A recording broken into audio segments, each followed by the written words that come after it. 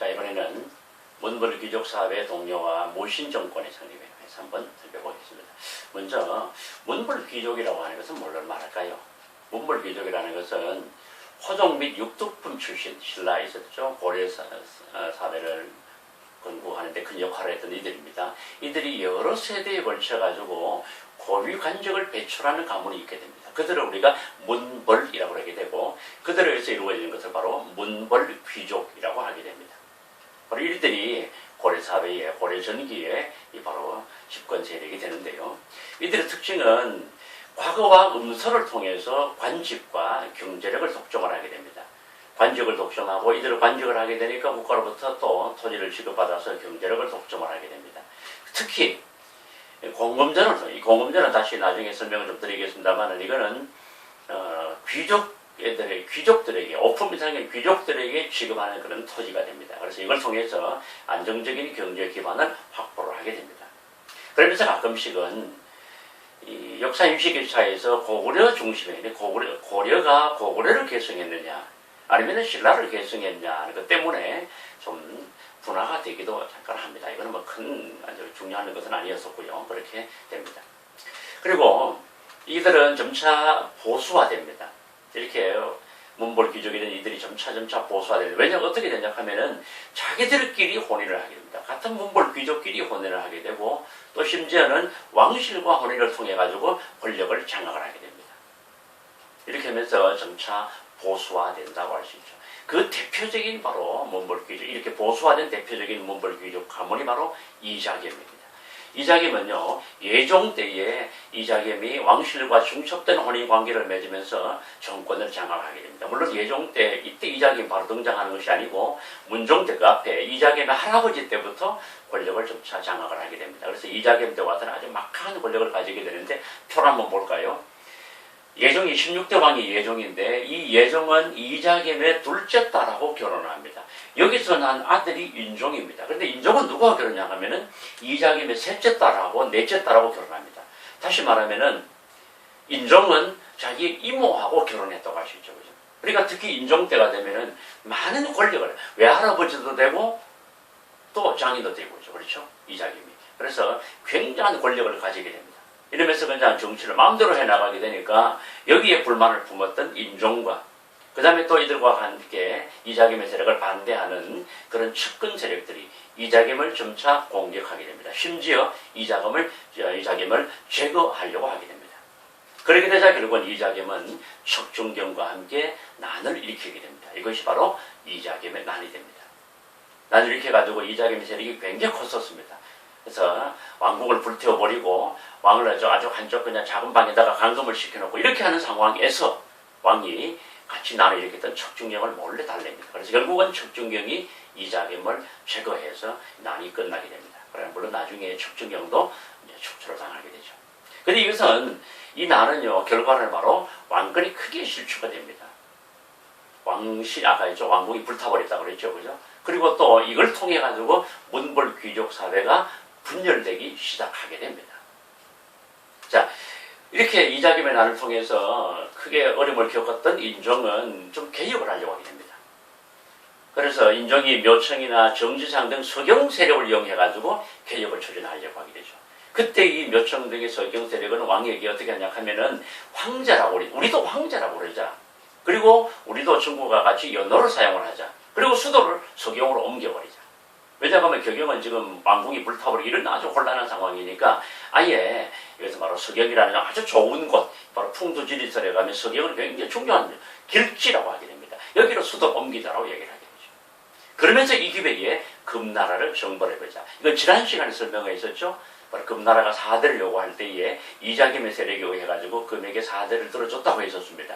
그럴 때 바로 이 묘청이 이 기회에 우리도 금나라를 공격하자, 금나라를 정벌하자라고 주장을 하게 됩니다. 그러니까 인종은 여기 막 그냥 혹 빠질 수밖에 없게 되겠죠. 그러면서 여기 서경에다가 왕궁도 짓고 대왕궁이라는 궁등을 짓고 이렇게 하면서 옮길 준비를 하게 됩니다. 그러자 바로 쾌경을 중심으로 하는 그런 김부실 등의 세력들이 결국은, 이거는 뭐냐? 바로 묘청을 중심으로 하는 서경 세력들이 자기들이 권력을 장악하려고 하는 거다라고 생각해가지고 서경으로 옮기는 것을 반대를 하게 됩니다. 이래서 묘청의 개혁이 좌절이 되자 결국은 묘청은 난을 일으키게 됩니다. 서경에서 국호를 대위라고 그러고 연호를 천계라고 해가지고 난을 일으키게 됩니다.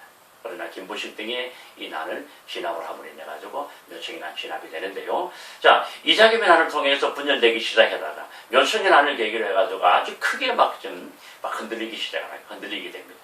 그러는 중에 바로 뭐가 있냐 하면 바로 무신정변이 일어나게 됩니다. 이렇게 이자겸의 난, 묘청의 난을 거치면서 문벌 귀족 사회의 모순이 점점 깊어지게 됩니다. 문벌 귀족이 권력을 독점하고요. 특히 무신에 대한 차별을 굉장히 심하게 하게 됩니다. 그리고 이 무렵에 왕이었던 의종이 굉장히 많은 정치를 제대로 못합니다. 이렇게 해서 많은 사람들이 불만이 막 있게 되는 상황이죠.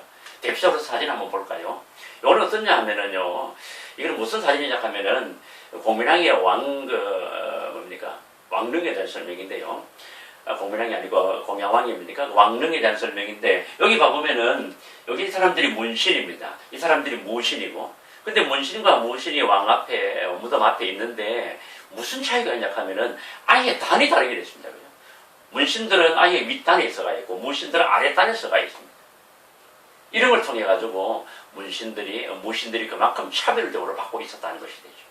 자, 이런 상황에서, 결국은 정정보와 의의방 등 무신들이 중심이 돼가지고 정변을 일으키게 됩니다. 이것이 바로 우리가 잘 아는 무신정변이 됩니다. 이렇게 정변을 일으킨 정정부 등의 무신들은 어떻게 정치를 하느냐? 바로 중방을 중심으로 해가지고 권력을 행사하게 됩니다. 중방이라는 것은 옛날부터 있었던 기구인데 무신들의 회의 기구를 중방이라고 합니다. 이걸 통해 가지고 이들이 권력을 행사하면서요. 그러면서 이 무신들은 자기들끼리 계속 권력 다툼을 벌입니다. 그러면서 자기들도 불법적인, 그러니까 문벌 귀족들이 이런 권력 독점 때문에 난을 일으킨 이들이 오히려 자기들도 마찬가지 권력을 서로 장악하기 위해서 다툼을 벌이게 되고 또 불법적으로 토지라든가 노비를 계속 확대해 나가게 되고 그러면서 자기 세력을 위해서 자기 집에 개인의 병사를 점점 양성을 하게 됩니다. 그러면서 바로 집권자가 자주 교체가 됩니다. 정정부에서 그 다음에 경대에서 그 다음에 이민자 아주 교체가 되고 그렇게 되다 보니까 바로 농민과 천민들이 또 봉기도 이렇게 해가지고 사회가 굉장히 혼란한 상황을 겪게 됩니다. 그러는 중에 바로 이의민이라고 했던 그 집권자를 그들을 몰아내고 권력을 잡았던 세력이 사람이 누구냐 하면 바로 최충원입니다. 그래서 이 최충원이 권력을 잡게 되는 때부터 해가지고 실시정권은 4대에 걸쳐가지고 60여 년간 권력을 장악하게 됩니다. 자, 그러면 먼저 최충원은 어떻게 하냐 그러면요. 최고 권력 기구로 교정도감이라는 걸 설치를 하게 됩니다. 그리고 자기의 사병 조직으로 도방이라는 것을 확대를 해가지고 무려 자기 집에 있는 도방의 사병 조직이 한 3천여 명 됐다고 합니다. 그렇게 해가지고 그냥 무소불위의 권력을 행사하게 되죠. 그러면서 농민 봉기를 탄압을 하고 스스로 개혁을 주장을 합니다. 그러나 지금 개혁을 하지 않지만은요. 이 봉사 10조를 건의와 이렇게 개혁을 하자라고 건의를 하기도 합니다. 그리고 정권 유지에 필요한 재원을 확충하면서 또 사병 조직을 통해 가지고 또 이 재원을 통해 가지고 권력을 확고하게 다지게 되죠. 그리고 최충원의 아들이 누구냐 하면 바로 최우가 됩니다. 최우는 이른법 여기에다가 인사권을 장악하기 위해서 정방을 설치하게 됩니다. 이 정방을 자기 집에다 둡니다. 그러면서 나라의 인사권을 자기 집에서 그냥 담당을 하게 되고 자기들은 무신이다 보니까 정치하는데 좀 어려움이 있게 되니까 문신들로 구성이 된 자문기구, 이 서방이라는 것을 설치해가지고 그들의 자문을 받기도 합니다. 그리고 또 이 무렵에 되면 사회가 혼란하다 보니까 치안이라도 이걸 유지하기 위해서 야별초라고 하는 것을 조직합니다. 이건 나중에 뭐가 되냐, 이 세력이 야별초가 점점 규모가 확대가 돼가지고 나중에는 세 개의 별초, 이 3별초를 조직을 하게 됩니다. 이렇게 권력을 잡았던 바로 이 최씨 정권들이 계속 권력을 지속해 나가는 중에 바로 농민과 천민들의 봉기도 이때 많이 일어나요. 물론 최씨 정권 때만 아니고 앞에 무신정변이 일어나자 농민과 천민의 봉기가 많이 일어나는데요. 왜 그러냐 하면은 무신정권의 초기에 권력 다툼이 굉장히 많아집니다. 그러니까 지방에 대한 통제력이 약화되죠. 그러니까 자연스럽게 무신들은 가혹한 정치를 하면서 불법적으로 토지라든가 노비를 확대하고 과도한 세금을 부과하게 됩니다. 그러면서 또 신분 질서가 동요가 됩니다. 아까 대표님 이의민 설명했는데요. 이의민은 원래 노비였습니다. 노비 출신이었는데 최고 권력자가 됩니다. 이렇게 신분 질서가 막 엉망이 됩니다. 이런 상황에서 들어본 농민들이 봉기를 일으키는데 대표적으로 농민이 일으킨 봉기 중에는 바로 조위총의 난이 있습니다.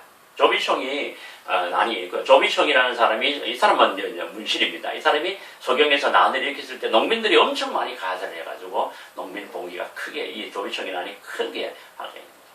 그 다음에 또 망이망소이라고 하는 사람들이 공주 명학소, 여기 소는 일반 평민들 지난번에 향부곡소라고 하는 잠깐 나왔었죠. 그 소에 거주하는 그런 사람들입니다.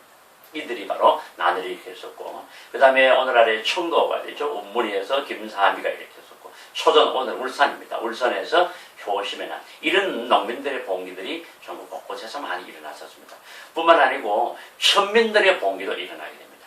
대표적으로 전주에서 관청의 노비, 관노들이 난을 일으킵니다. 그리고 또 아까 나왔던 최충원의 개인 노비였던 만적이, 그 당시에 많은 노비들을 우리가 동원해가지고 우리도 같이 난을 일으키자라고 하면서 만적의 난이 일어나기도 했었습니다. 자, 이렇게 농민과 천민의 봉기가 일어나가지고 사회가 크게 혼란스러웠던 때가 바로 이 무렵이 되겠습니다. 자, 오늘은 여기까지 하도록 하겠습니다.